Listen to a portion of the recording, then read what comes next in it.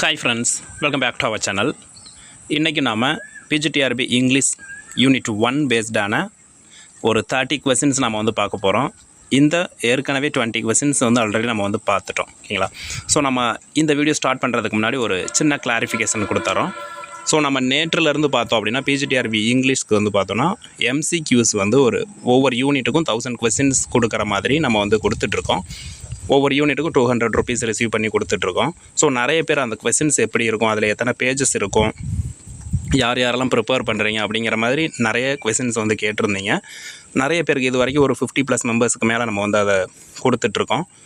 குறிப்பாக சொல்லணும் அப்படின்னா இது வரைக்கும் நம்ம சேனலில் வந்து நான் மட்டுமே எல்லா ஒர்க்குமே பார்த்து அது ரீட் அவுட் பண்ணுறதா இருக்கட்டும், கொஸ்டின்ஸை எடிட் பண்ணுறதா இருக்கட்டும், டைப் பண்ணுறதா இருக்கட்டும், ஷேர் பண்ணுறது எல்லா விஷயங்களையும் நான் தான் பார்த்துட்ருந்தேன். பட் இப்போது நம்ம வந்து அதில் ஒர்க்ஸ் நிறையா இருக்கும் அப்படிங்கிற பட்சத்துலேயும் நிறைய பேருக்கு நம்மளுடைய கொஸ்டின்ஸை வந்து எக்ஸாமுக்குள்ளே கொண்டு போய் சேர்க்கணும் அப்படிங்கிறதுனாலையும் நிறைய பேர் உங்கள் செட் ஆஃப் கொஸ்டின்ஸ் வேணும்னு கேட்டதுனாலையும் ஒரு 3 மெம்பர்ஸ் ஜாயின் பண்ணி நாங்கள் அந்த கொஸ்டின்ஸை வந்து ரெடி பண்ணி கொடுத்துட்ருக்கோம். ஸோ அதில் ரொம்பவே 2 பர்சன்ஸ் வந்து காலேஜில் ஒர்க் பண்ணிகிட்ருக்கேன். நானும் இன்னொரு சாரும் வந்து ஒர்க் பண்ணிகிட்ருக்கோம். இன்னொரு பர்சன் வந்து எப்போவுமே வந்து நம்ம நம்ம ஒருத்தர் பேசுகிறாங்க அப்படின்னா கண்டிப்பாக வந்து அதை யாரும் வந்து காது கொடுத்து கேட்க மாட்டாங்க அப்படின்னு சொல்லுவோம். ஆனால் ஜெயிச்சுட்டு பேசுகிறவங்க சொன்னால் அதை கேட்பாங்கன்னு சொல்லுவோம்ல. ஸோ அந்த மாதிரி நம்ம சைடில் 3ஆவதாக ஒரு பர்சனை வந்துட்டு இந்த எக்ஸாமில் ஏற்கனவே ஜெயிச்சு அதில் இருக்கிற ஒரு பர்சன் மூலமாக அவங்களுடைய கைடன்ஸ் மூலமாகவும் நம்ம அந்த கொஸ்டின்ஸ் எல்லாம் ரெடி பண்ணிகிட்ருக்கோம். ஸோ அதனால் உங்களுக்கு கொஸ்டின்ஸ் வந்து கிட்டத்தட்ட 3 டேஸ்க்கு ஒன்ஸ் ஒவ்வொரு யூனிட்டை வந்து கொடுக்கலாம் அப்படிங்கிற ஒரு முடிவுலையும் நாங்கள் வந்து இருக்கோம். கொஸ்டின்ஸ் கண்டிப்பாக இதுக்கு முன்னாடி இருந்த ஒரு குவாலிட்டியை விட 3 மடங்கு இல்லை 100 மடங்கு கூட உங்களுக்கு குவாலிட்டியான கொஸ்டின்ஸ் வரும் அப்படிங்கிறதுக்கு நான் ஷூரிட்டி கொடுக்குறேன். நீங்கள் எந்த விதத்துலேயுமே வந்து நீங்கள் படிக்கிறத கன்ஃபார்மாக ரீகால் பண்ணுற விதத்துலையும் நீங்கள் அட்டன் பண்ண போகிற எக்ஸாமுக்கு யூஸ்ஃபுல்லான ஒரு கொஸ்டின்ஸை நாங்கள் ரெடி பண்ணி உங்களுக்கு கொடுத்துட்ருக்கோம். கண்டிப்பாக உங்களுக்கு தேவைப்படுறவங்க டிஸ்கிரிப்ஷனில் நான் வந்துட்டு mobile numbers and GPay numbers நான் வந்து கொடுத்துருக்கேன். அண்ட் வாட்ஸ்அப் நம்பர்ஸும் இருக்குது. நீங்கள் தாராளமாக அதில் இருக்க எந்த நம்பருக்கு வேணாலும் நீங்கள் வந்து கால் பண்ணி பேசலாம். உங்களுக்கு எல்லா விதத்துலேயுமே வந்து நீங்கள் கேட்குற சந்தேகங்களுக்கு நாங்கள் வந்து பதில் கொடுப்போம். ஓகே ஃப்ரெண்ட்ஸ், இன்றைக்கி நம்ம வந்து கொஸ்டின்ஸை வந்து ஃபர்தராக பார்த்துடலாம். ஸோ நம்ம லாஸ்ட் வீடியோனா கிட்டத்தட்ட 70 டேஸ்க்கு முன்னாடி நான் வந்து அந்த வீடியோ போஸ்ட் பண்ணியிருக்கேன். ஸ்டார்ட் பண்ணலாம் அப்படின்னு சொல்லி கொஸ்டின்ஸ் எடுத்திருக்கேன். ஃபஸ்ட் யூனிட்டில் இந்த ஒரு பிடிஎஃபில் பார்த்தோம் 200 கொஸ்டின்ஸ் வரைக்கும் இருக்கும். பட் நம்ம படிக்கணும் அப்படிங்கிறதுனால நான் வந்து அப்படியே ஸ்டாப் பண்ணேன். இப்போ மறுபடியும் வந்து ஸ்டார்ட் பண்ணியிருக்கோம். ஓகே, ஸோ அந்த கொஸ்டினோட எண்டில் பார்த்தோன்னா ஒரு கொஸ்டின் கேட்டிருப்போம். சார்ஜர் வந்து ஒரு ஃபைட்டில் போய் நம்ம வந்து சண்டை போட்டிருப்பாங்க. அண்ட் அவங்கள வந்து அங்கே வந்து அரெஸ்ட் பண்ணிடுவாங்க. அவங்களுக்கு வந்து ஒரு கிங் வந்து ரேன்சம் கொடுத்து மீட் எடுத்துகிட்டு வருவார் அப்படின்னு சொல்லி ஒரு கொஸ்டின் அதில் கேட்டிருப்பேன். நிறைய பேர் கரெக்டான ஆன்சரை வந்து நீங்கள் வந்து சொல்லியிருந்தீங்க. ஸோ அந்த கொஸ்டின்லேருந்தே நம்ம வந்து ஸ்டார்ட் பண்ணலாம். ஸோ இந்த கொஸ்டினில் உங்களுக்கு ஃபஸ்ட்டு கொஸ்டினே ஒரு ட்விஸ்ட் கொஸ்டின் வைப்போம். ஸோ எந்த வருஷம் சார்ஜரை வந்து அந்த மாதிரி வந்து பிணைய கைதியாக பிடிச்சு வச்சுருந்தாங்க அப்படின்னு தெரியும்னா அதை கமெண்ட்டில் சொல்லுங்கள். அண்டு யார் வந்து பிணைய தொகை கொடுத்துட்டு கூட்டி வந்தாங்கங்கிறது இந்த கொஸ்டின். அண்டு அந்த பர்சன் எவ்வளோ ரேன்சம் அமௌண்ட் வந்து கொடுத்து சார்ஜரை ரிட்டர்ன் பண்ணி கூட்டிகிட்டு வந்தாங்கங்கிறத தெரிஞ்சாலும் கமெண்ட்டில் சொல்லுங்கள். ஓகேங்களா? ஸோ ஒரு கொஸ்டினில் கண்டிப்பாக நமக்கு 5 கொஸ்டின் வந்து வர மாதிரி தான் ஒரு கொஸ்டின் நமக்கு கண்டிப்பாக இருக்கும். அதனால் ஒரு கொஸ்டினை எத்தனை விதத்தில் எப்படியெல்லாம் உங்களால் யோசித்து படிக்க முடியுமோ படிங்க. கண்டிப்பாக யூஸ்ஃபுல்லாக உங்கள் எக்ஸாமுக்கு வந்து இருக்கும். ஓகே, ஸோ இந்த கொஸ்டினுக்கான ஆன்சர் பார்த்திங்க அப்படின்னா கிங் எட்வர்ட் III அப்படிங்கிறது. அண்ட் நெக்ஸ்ட் கொஸ்டின் பாருங்கள். Troilus and Cressida is an narrative poem that retells the tragic love story of Troilus and Cressida in the context of the Jazz War. ஓகேங்களா? So answer பாருங்கள், Trojan war. And next question. Rhyme royal involves rhyming stanzas consisting of jazz lines, a piece usually with an iambic pentameter rhyme scheme. Rhyme royal எத்தனை lines இருக்கும் அப்படிங்கிறது தான். Okay, so answer 7 lines. And the queen mentioned in the poem The Legend of Good Women. ஓகேங்களா? So legend of good women போயமில் வந்துட்டு எந்த குயினை வந்து மென்ஷன் பண்ணியிருக்கோம் அப்படிங்கிறது. And believed to be jazz wife Anne of Bohemia. ஓகேங்களா? So யாருடைய ஒய்ஃப் அப்படிங்கிறத நம்ம வந்து கேட்டிருப்போம். ஸோ ஆன்சர் பாருங்கள், Richard II. And astrolabe a tool used by jazz. So astrolabe அப்படிங்கிற ஒரு டூலை வந்து யார் வந்து யூஸ் பண்ணாங்க அப்படிங்கிற ஒரு கொஸ்டின் தான் இது வந்து உங்களுக்கு விட்டுருக்கோம். ஸோ இந்த கொஸ்டின் வந்து நெட்லேயே கேட்டிருக்காங்க. ஓகேங்களா? ஸோ யார் யூஸ் பண்ணுவாங்கங்கிறது. Answer astronomers. And next question சார்சோ ஜைடான் டேஸ். ஸோ ரொம்ப சிம்பிளான கொஸ்டின் மாதிரி நமக்கு இருக்கும், பட் இந்த இயரை வச்சு நமக்கு எப்படி வேணாலும் கன்ஃபியூஸ் பண்ணுவாங்க. ஸோ அந்த மாதிரி தான் அந்த கொஸ்டின் உங்களுக்கு ரைஸ் பண்ணியிருக்கேன். ஸோ டைடானது கன்ஃபார்மாக எல்லாருக்குமே தெரியும் 1400 அப்படிங்கிறது, பட் அவர் எந்த மந்த்து எந்த டேட்டில் இறந்தாருங்கிறத கண்டிப்பாக தெரிஞ்சு வச்சுக்கோங்க. ஸோ ஆன்சர் பாருங்கள், October 25th 1400. And who called name of the black prince. ஓகேங்களா. ஸோ பிளாக் பிரின்ஸ் அப்படிங்கிற ஒருத்தர் வந்து இதில் இருக்கிறாங்க.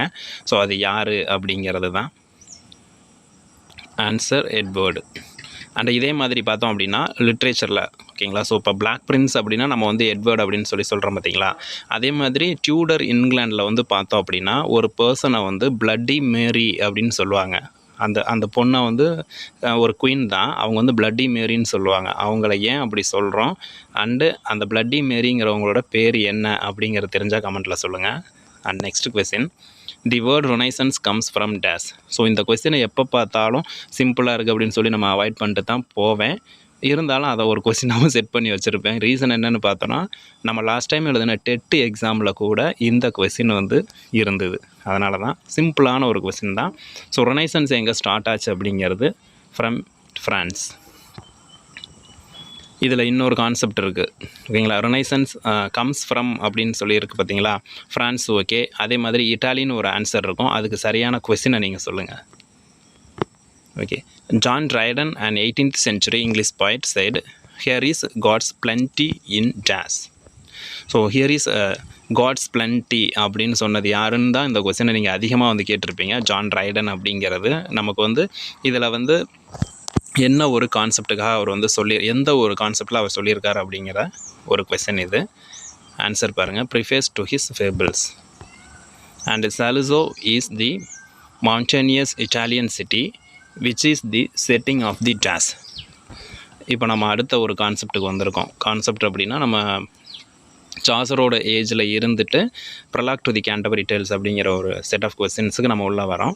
ஸோ சாலுசோ அப்படிங்கிற ஒரு இட்டாலியன் சிட்டியில் இருக்க ஒரு மவுண்டனியஸான ஒரு ஏரியா. ஸோ அதில் வந்து பார்த்தோன்னா யார் சொல்கிற கதையில் இந்த சாலுசோங்கிற ஒரு மலையை மையப்படுத்தி சொல்லுவாங்க அப்படிங்கிற கொஸ்டின் இது. இந்த அளவுக்குலாம் இன்டெப்த்தாக கொஸ்டின் கேட்பாங்களான்னா வாய்ப்பு கிடையாது, பட் இருந்தாலும் இப்படியும் கேட்கலாங்கிறதையும் தெரிஞ்சுக்கலாம், ஓகேங்களா. ஸோ இது யாருடைய கதையில் அப்படின்னு பார்த்தோம் அப்படின்னா கிளர்க்கோட டேலில் வந்து இருக்கும்.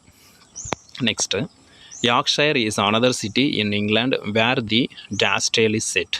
ஸோ யார்க்ஷயர் அப்படிங்கிறது இங்கிலாண்டில் இருக்க அனதர் சிட்டி. இந்த ஒரு சிட்டியை மெயின் பண்ணி யார் வந்து ஸ்டோரி சொல்கிறாங்க அப்படிங்கிறது தான் இந்த question.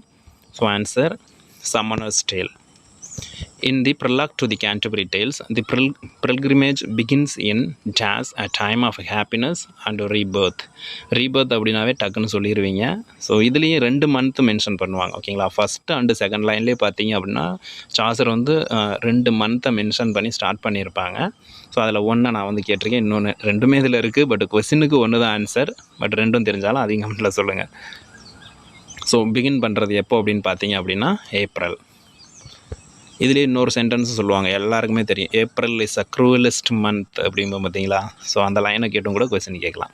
Okay, the jazz is the first to tell a story.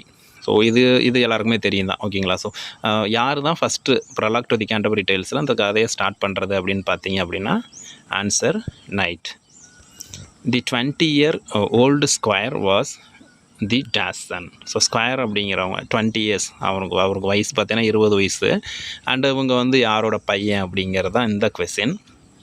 So answer, knight son. இதில் பாருங்கள், நைட் சன் அப்படின்னு நம்ம வந்து சொல்கிறோம் பார்த்தீங்களா. ஸோ இந்த நைட் சன் வந்து எப்படிப்பட்டவருங்கிறத தெரிஞ்சு வச்சுக்கோங்க. அதில் இது மாதிரி ஒவ்வொரு கேரக்டர்ஸ், இப்போ வந்து நைட் அப்படின்னா நம்ம வந்து நைட்னா வந்து ஒரு மிகப்பெரிய ஒரு வேரியர், அவர் போருக்கு போயிட்டு திரும்ப இங்கே வந்துட்டார், கிட்டத்தட்ட 15 போரில் வந்து சண்டை போட்டார், வீரதீரமானவர், கடல் போரில் அங்கே அந்த நாட்டில் இந்த நாட்டில்னு சொல்லி ஏகப்பட்டது அவரை பற்றி இருக்கும் பார்த்தீங்களா.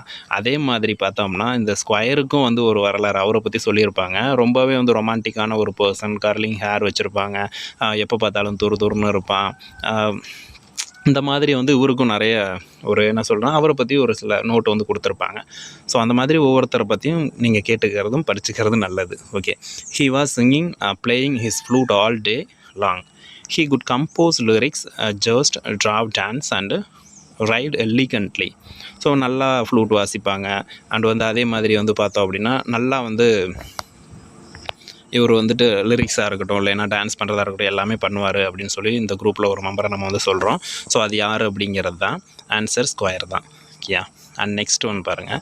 தி days was the only servant brought along by the knight. So ஒரே ஒரு சர்வெண்ட். ஓகே. ஸோ நைட்டு கூட வந்து ஒருத்தர் வருவார்ப்பா. அவர் கூட்டி வந்தது யார்? நைட் இருக்காங்க, ஸ்கொயர் இருக்காங்க, அவங்க 2 பேர் வந்து வராங்க. அவங்க ஒரு சர்வெண்ட்டையும் கூட்டி வருவாங்க. அது யார் அப்படிங்கிறது தான் கொஸ்டின். அதில் இன்னொரு ட்விஸ்ட்டு பார்த்தீங்கன்னா, இந்த பர்சன் வந்து மயில் இறகு வச்சுருப்பார் அப்படின்னா போச்சுங்க. ஓகேங்களா? ஸோ ஆன்சர் பாருங்கள், yeoman. And next, who are a Saint Christopher medallion on his beautiful breast of silver. He had true knowledge about pottery and woodcraft and carried a hunting horn. ஒரே கொஸ்டினில் இவர் வந்து hunting horn வச்சுருப்பார். And வந்து வுட்கிராஃப்ட் பண்ணுறதுல இப்போ ஃபேமஸான ஒரு பர்சன். அண்டு செயின்ட் சில்வர், ஓகேங்களா, செயின்ட் கிறிஸ்டோபர் மெடலினை வந்து மேலே வந்து வச்சுருப்பார் அப்படிங்கிற எல்லா அவரை பற்றின மெசேஜும் இதில் இருக்குது. ஸோ அது யார் அப்படிங்கிறது தான் answer, the yeoman. He was dressed in a green coat and hood and carried a sheaf of bright and sharp peacock arrows under his belt. Already நம்ம ஃபஸ்ட்டு இந்த கொஸ்டின்லேயே வந்து பார்த்தாச்சு. ஸோ இவர் வந்து க்ரீன் கோட் வச்சுருப்பார், அந்த hood, ஓகேங்களா, முகமுடி மேலே வந்து தலை மேலே போட்டிருக்க மாதிரி இருக்கும். அண்ட் வந்து பீகாக் ஏரோஸ் வச்சுருப்பார் அப்படிங்கிறது பார்த்துருக்கோம். ஸோ அது யாருன்னா யோ மேன் தான். அண்ட் நெக்ஸ்ட் பாருங்கள். There was also a nun who's named madam Eglantine. ஒரு நன் இருக்காங்க, அவங்க பேர் வந்து மேடம் எக்லண்டைன் அப்படிங்கிறது. ஸோ மேடம் எக்லண்டைன் அப்படிங்கிற கொஸ்டின் எல்லா பக்கமும் இருக்குங்க. Prologue to the Canterbury tales அப்படின்னா இவங்க இல்லாமல் கொஸ்டின் வராது. இந்த தடவையும் அதை எதிர்பார்க்கலாம். ஸோ அவங்க யாருன்னு பார்த்தீங்கன்னா பிரியாரஸ் தான். பிரியாரஸை பற்றி பேசுகிறோம் அப்படின்னா கதையாக பேசலாம். அந்த அளவுக்கு வந்து பிரியாரஸ்க்கு வந்து இதில் நல்ல ஒரு கேரக்டர் கொடுத்துரும், நல்ல ஒரு நோட் கொடுத்துருப்பார் சாசரு. அவ்வளோ ஒர்த்தான ஒரு கேரக்டராகவும் இவங்க வந்து இருப்பாங்க. And who found the rule of Saint Maurus and Saint Benedict. So இந்த ரூல் Saint Maurusஸாக இருக்கட்டும், Saint Benedict ரூலை யாருப்பா ஃபவுண்ட் பண்ணது அப்படின்ற ஒரு question. And answer, the monk.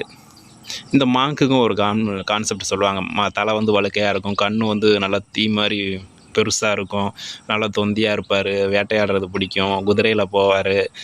இந்த மாதிரி இவருக்கு வந்து கொளுத்த வாத்தை வந்து பிடிச்சி சாப்பிட்றதுனா பிடிக்கும். அந்த மாதிரி நிறைய இருக்குது.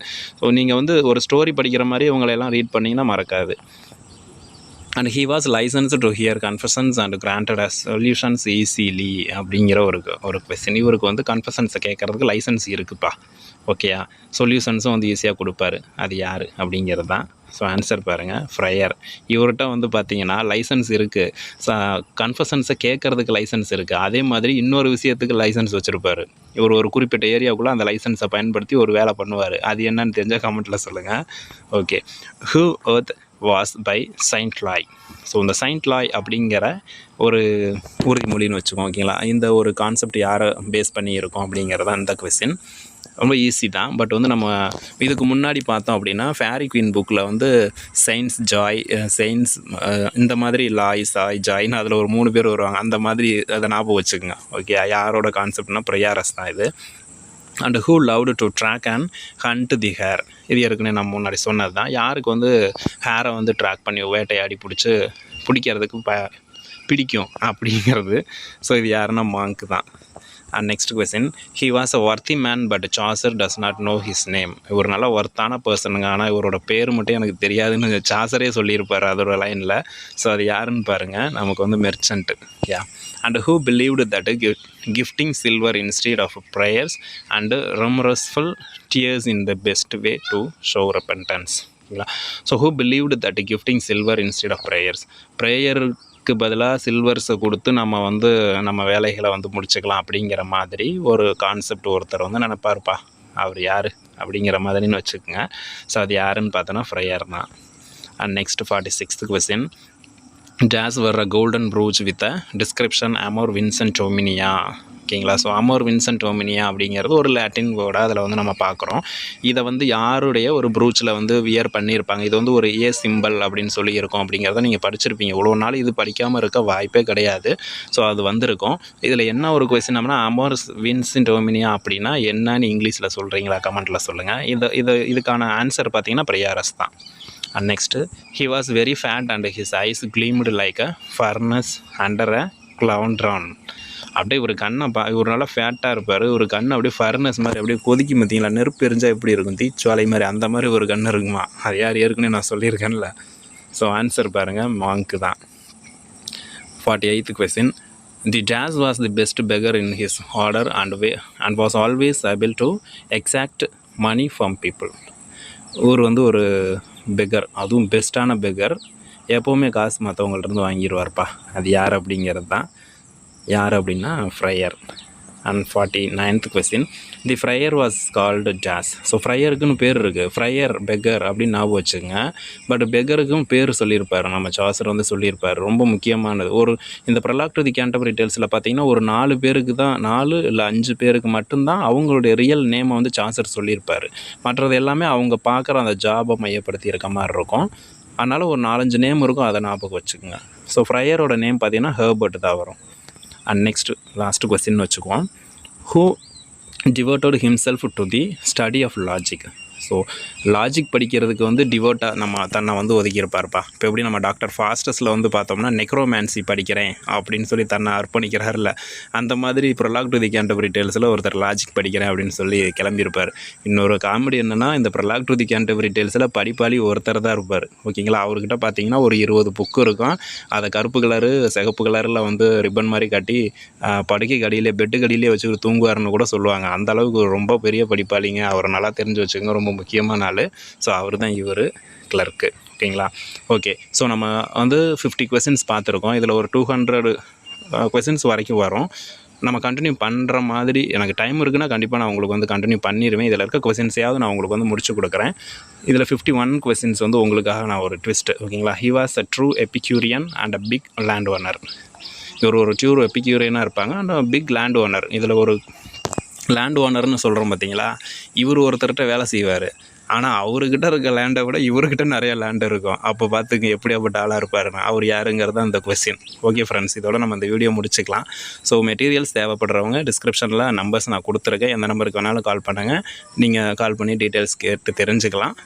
அந்த MCQs கண்டிப்பாக ஒர்த்தாக இருக்கும் அப்படிங்கிறதோட இந்த வீடியோ முடிச்சுக்கலாம். Thank you, thanks a lot, by.